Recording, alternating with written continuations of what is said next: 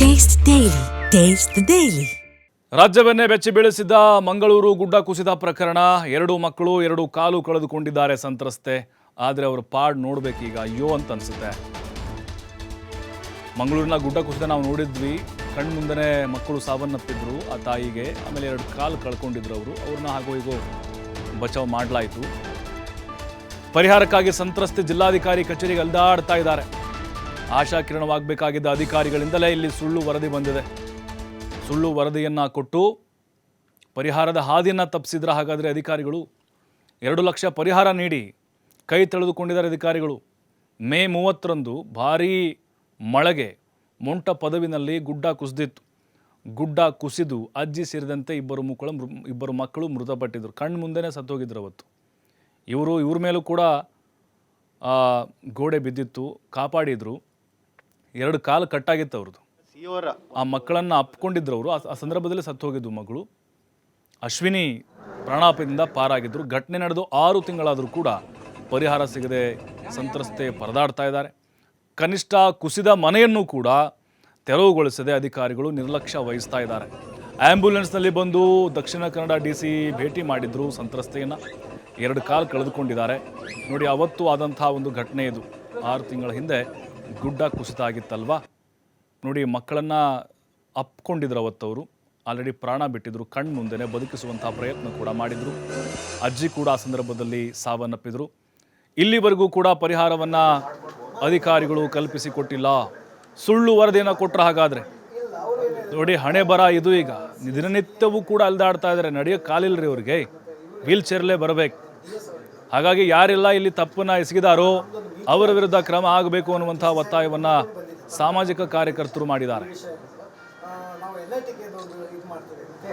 But ಇವರಿಗೆ ನೋಡಿ, ಇವಾಗ ಅಲ್ಲಿ ಮನೆ ಇಲ್ಲ, ಮನೆ ತೆಗೆಯುವ ವ್ಯವಸ್ಥೆ ಇಲ್ಲ. ಅಲ್ಲಿ ಹೇಗಿತ್ತು ಹಾಗೇನೆ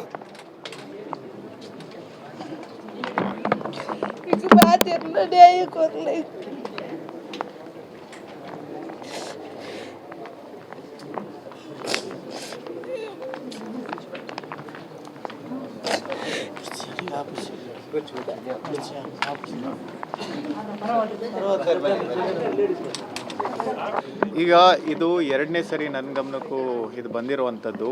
ಮೊದಲನೇ ಸರಿ ಇದು ಮಾಡಿದಾಗ ಇಮಿಡಿಯೇಟಾಗಿ ವರದಿ ಕೊಡಬೇಕು ಅಂತ ಸರ್ಕಾರದಿಂದ ಬಂದಿತ್ತು. ಆಗಿನ ಜಿಲ್ಲಾಧಿಕಾರಿಗಳು ಮತ್ತು CO ಅವರೆಲ್ಲ ಸ್ಪಾಟ್ ಇನ್ಸ್ಪೆಕ್ಷನ್, ಆವಾಗ CO ಅವರೇನೆ ನೋಡ್ಕೊತಿದ್ದು ಅಂಥದ್ದು ಮಾಡಿ ಒಂದು ಸಮಿತಿ ಅಂತ ಮಾಡಿದ್ದಾರೆ. ಎಲ್ಲ ಇಂಜಿನಿಯರ್ಸ್ನು ಮಾಡಿದ್ದಾರೆ. ಈಗ ಗುಡ್ಡ ಕುಸಿತಿರೋದು ಹೌದು, ಇಷ್ಟು ಮಳೆ ಜಾಸ್ತಿ ಬಂದಿರೋದು ಹೌದು. ಬಟ್ ಇದು ನಿಜವಾಗ್ಲೂ ಮಾನವ ನಿರ್ಮಿತನ ಅಥವಾ ಏನಾದ್ರು ಬೇರೆಯವ್ರ ಅಚಾತುರ್ಯದಿಂದ ಆಗಿರುವಂಥದ್ದು, ಯಾರ್ದಾದ್ರು ತಪ್ಪಿದೆಯಾ ಅಂತ ನೋಡೋದಕ್ಕೆ ಒಂದು ಕಮಿಟಿ ರೀತಿ ಮಾಡಿದ್ರು.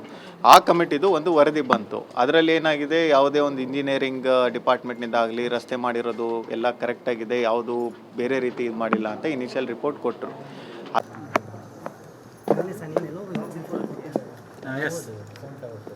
ಮೊದಲದಾಗಿ ಇನ್ಸಿಡೆಂಟ್ ನಡೆದ ತಕ್ಷಣ ಸರ್ಕಾರದ ಮುಖ್ಯ ಕಾರ್ಯದರ್ಶಿಗಳಿಗೆ ನಾವೊಂದು ಇಮೇಲ್ ಹಾಕಿದ್ವಿ, ಶಾಲಿನಿ ರಜನೀಶ್ ಮೇಡಮ್ಗೆ.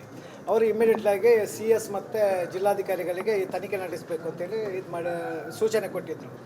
ಆಮೇಲೆ ಸ್ವಯಂ ಪ್ರೇರಿತವಾಗಿ ಮಾಧ್ಯಮದ ವರದಿಗಳನ್ನು ನೋಡಿಕೊಂಡು ಮಾನವ ಹಕ್ಕು ಆಯೋಗ ನೋಟಿಸ್ ಮಾಡಿತ್ತು ಜಿಲ್ಲಾಧಿಕಾರಿಗಳಿಗೆ. ಆಮೇಲೆ ಇವರು ಏನು ಮಾಡಿದರು ಅಂದರೆ ಇದನ್ನು CS ನವರು ನಮ್ಮ ಪರಿಸ್ಥಿತಿ ಏನು ಅಂತ ಹೇಳಿದರೆ, ಅಶ್ವಿನಿಯನ್ನು ಜಿಲ್ಲಾಧಿಕಾರಿಯವರ ಕಚೇರಿಯ ತನಕ ಕರ್ಕೊಂಡು ಬರುವಂತಹ ಪರಿಸ್ಥಿತಿ ನಮಗೆ ಇವತ್ತು ಒದಗಿ ಬಂದಿದೆ.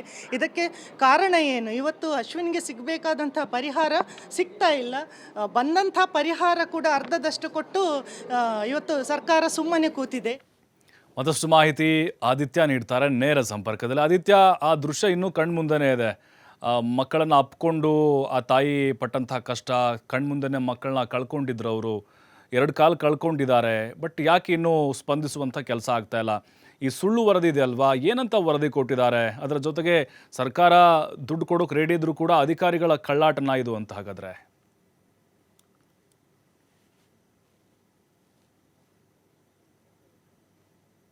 ಇಡೀ ರಾಜ್ಯದ ಜನರನ್ನ ಒಂದು ಅರ್ಥದಲ್ಲಿ ಶೋಕಸಾಗರದಲ್ಲಿ ಮುಳುಗಿಸಿತ್ತು. ಯಾಕಂದ್ರೆ ಈ ರೀತಿನೂ ಕೂಡ ಒಂದು ಜನರಿಗೆ, ಒಂದು ಕುಟುಂಬಕ್ಕೆ ಕಷ್ಟ ಬರೋದಕ್ಕೆ ಸಾಧ್ಯನಾ? 2 ಮಕ್ಕಳನ್ನ ಕಳೆದುಕೊಂಡ್ರು, ಮನೆಯನ್ನ ಕಳೆದುಕೊಂಡ್ರು, ಅತ್ತೆಯನ್ನ ಕಳೆದುಕೊಂಡ್ರು, 2 ಕಾಲನ್ನು ಕೂಡ ಕಳೆದುಕೊಂಡು ಅಂತ ಶೋಚನೀಯ ಸ್ಥಿತಿಯಲ್ಲಿರುವಂತಹ ಒಂದು ಮಹಿಳೆ.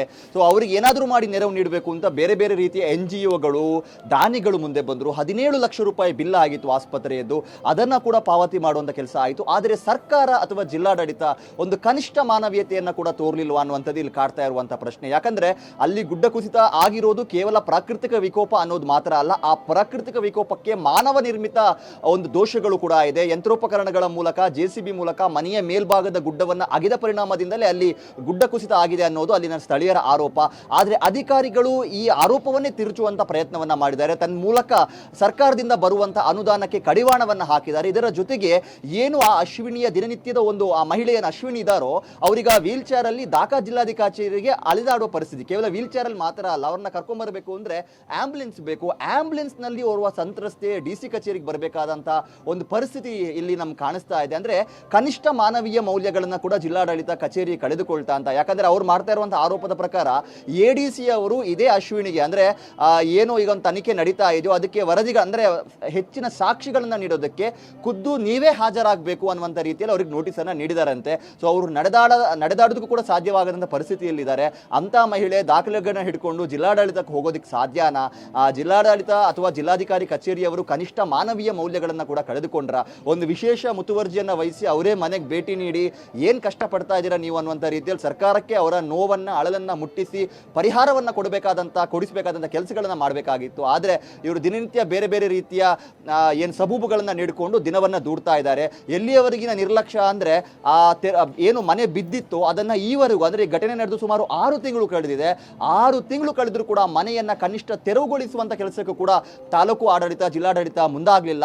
ಅವರ ಮನೆ ಅಡಿಭಾಗದಲ್ಲಿ ಅನೇಕ ಬೆಲೆ ಬಾಳುವ ವಸ್ತುಗಳು ಇದೆ. ಕನಿಷ್ಠ ಆ ಮನೆಯನ್ನಾದ್ರೂ ತೆರವು ಮಾಡಿಕೊಡಿ, ಆ ವಸ್ತುಗಳನ್ನ, ಆ ಬೆಲೆ ಬಾಳುವ ವಸ್ತುಗಳನ್ನಾದ್ರೂ ನಾವು ಮಾರಾಟ ಮಾಡಿ ಇವರ ಚಿಕಿತ್ಸೆಯನ್ನ ಮಾಡ್ತೀವಿ ಅನ್ನುವಂತ ಒಂದು ದಯಾನೀಯ ಸ್ಥಿತಿಗೆ ಅವರ ಕುಟುಂಬಸ್ಥರು, ಸಂಬಂಧಿಕರು, ಆತ್ಮೀಯರು ಸದ್ಯ ತಲುಪಿರುವಂತದ್ದು. ಈಗ ಏನೂ ದಾರಿ ತೋಚದೆ ಅಂತಿಮವಾಗಿ ಈಗ ಜಿಲ್ಲಾಧಿಕಾರಿ ಕಚೇರಿಗೆ ಅಂದ್ರೆ ಮೇನ್ ಆಗಿ ಜಿಲ್ಲಾಧಿಕಾರಿ ದರ್ಶನ್ ಅವರ ಭೇಟಿ ಮಾಡೋದಕ್ಕೆ ನಿನ್ನೆ ಅವರು ಆಂಬ್ಯುಲೆನ್ಸ್ ನಲ್ಲಿ, ವೀಲ್ ಚೇರ್ ನಲ್ಲಿ ಅಲ್ಲಿಗೆ ಭೇಟಿ ನೀಡಿದ್ದಾರೆ. ಜಿಲ್ಲಾಧಿಕಾರಿಗಳು ಏನೇ ಆರೋಪಗಳಿಗೆ ಸದ್ಯ ಕೇಳಿ ಬರ್ತಾ ಇದೆ, ಅಧಿಕಾರಿಗಳು ಏನು ಸುಳ್ಳು ವರದಿಯನ್ನು ನೀಡಿದ್ದಾರೆ ಅಂತ ಹೇಳಲಾಗ್ತಾ ಇದೆ, ಅದಕ್ಕೆ ಸಂಬಂಧಪಟ್ಟ ಹಾಗೆ ಅದನ್ನ ತನಿಖೆ ಮಾಡೋದಕ್ಕೆ ಒಂದು ಸಮಿತಿ ರಚನೆಯಾಗಿದೆ. ಶೀಘ್ರ ಸಂತ್ರಸ್ತೆಗೆ ನ್ಯಾಯವನ್ನ ಕೊಡಿಸುವಂತ ಮತ್ತು ಅವರಿಗೆ ಪರಿಹಾರವನ್ನ ಒದಗಿಸುವಂತ ಕೆಲಸವನ್ನ ಮಾಡ್ತೀವಿ ಅನ್ನುವಂತ ಭರವಸೆಯನ್ನ ಕೊಟ್ಟಿದ್ದಾರೆ.